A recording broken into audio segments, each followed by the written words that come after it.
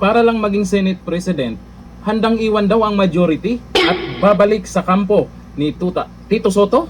Naku, kung totoo man to, ewan ko kung anong nangyari kay Escudero. O ayon dito sa news ngayon, Senator Francis Chis Escudero umano'y handa ng kumalas sa majority block. Lumabas ang mga ulat na nakahanda umano si Senator Francis Chis Escudero at hindi bababa sa 3 pang senador na kumalas sa majority block ng Senado. Ayon sa impormasyon mula sa 2 source sa Senado, bahagi umano ito ng isang bagong leadership realignment na lalong magpatalsik kay Alan Peter Cayetano sa pinakamataas na posisyon sa Senado. At meron na ring sinasabi si Senator Cayetano tungkol diyan. Itong sinasabi niya kanina ay parang nagpapaalam. Gayunman, may mabigat umanong kondisyon bago tuluyan sumama ang kampo ni Escudero sa umuusbong na anti-Cayetano coalition. Batay sa ulat, nais muna umanong ng grupo na maibalik si Escudero bilang Senate President bago sila formal na kumalas sa majority block. Si Escudero naman para sa akin yung siya yung Senate President, mukhang okay naman. Yun nga lang, pag sinasabing babalik dito kay Soto, ibig sabihin maging magkakampi sila, negative yan. Pero ito, sa balitang to, sa post na to, sa tingin ko, chismis pa lang ito.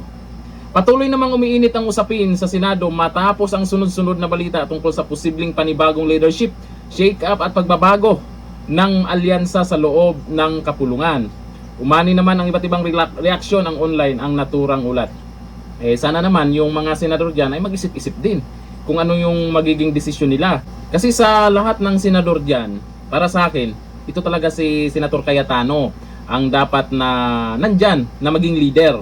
Kasi alam po natin, galit ito sa mga kurap. Galit ito sa mga buhaya. Kaya normal lang na pag siya, o ngayon siya yung Senate President, may mga kumukontra, may mga paninira, at ang higit sa lahat, may nanggugulo. Pero eto, ay sabi, despedida ba ito? Sabi ni Senator Cayetano. Naku, mukhang nagpapaalam na. Nagbiro si Senate President Alan Peter Cayetano tungkol sa posibilidad ng panibagong pagbabago sa liderato ng Senado. Lumabas ang pahayag ni Cayetano habang patuloy ang usap-usapan ukol sa umano'y posibilidad ng panibagong leadership sa Senado matapos ang dramatic leadership change noong nakaraang linggo, kung saan napatalsik si dating Senate President Tito Soto at naupo si Cayetano bilang bagong leader. Hindi nila matanggap yun, bulaga sila nun. Kaya asahan po natin itong tuta sa Senado, maghahanap ng paraan yan paano mapalitan kaagad itong si Senate President Cayetano. Iyakin si tuta hindi niya matanggap-tanggap Tapos paglabas sa Senado, nagtataka pa siya kung bakit binato yung sasakyan niya. Nagtataka ka pa. Sa galawan mo, Soto, maraming galit sa'yo. Oo, akala mo nakakatawa ka dahil sa balita, laugh react ang nakikita natin. Mga nagre-react, laugh react kasi nakakatawa ka talaga. Pero pag nakita ka ng mga tao, pansin mo, maraming galit talaga sa'yo. Kasi magaling ka, di ba? Ganun yung pag magaling ka, di ba, Soto? Maraming galit sa'yo. Mas magaling ka pa kay Senator Cayetano. Di ba? Tingnan mo yung pinagyayaw-yaw mo tungkol sa desisyon ng Supreme Court. Kaya magaling ka talaga. Tungkol dito sa chismis, alam ko chismis pa lang to. Wala pa namang sinasabing source nito kung sino ang source sa balitang to. Tungkol dito kay Escudero. Tingin ko kasi si Escudero hindi naman ganyan mag-isip yan Hindi naman ganyan yan Siguro may gusto na ganyan ang mangyari, o baka kasi alam po natin sa politika kanya-kanya ng tactics yan. Baka merong aasa yung iba na eto kakampi na natin si Escudero. Pero titingnan po natin kung ano yung magiging galawan nila dyan.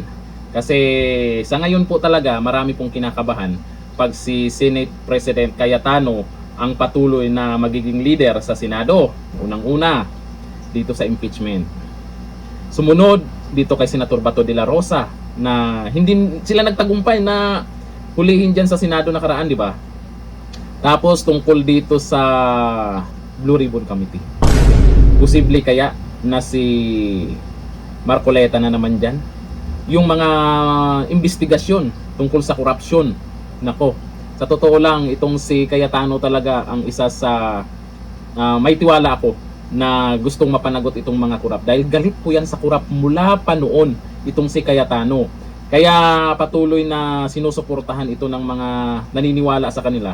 Dahil simula pa umpisa, itong magkapatid na Cayetano diyan sa Senado, maliban dun sa dalawang magkapatid na tapang-tapangan, pero pagdating sa korupsyon, tameme naman.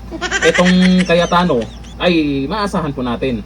Kung galit kayo, yung mga ibang senador dyan, kung galit kayo sa korupsyong nagaganap ngayon, suportahan nyo na lang itong si Cayetano. Ganito lang, thank you. Bye-bye.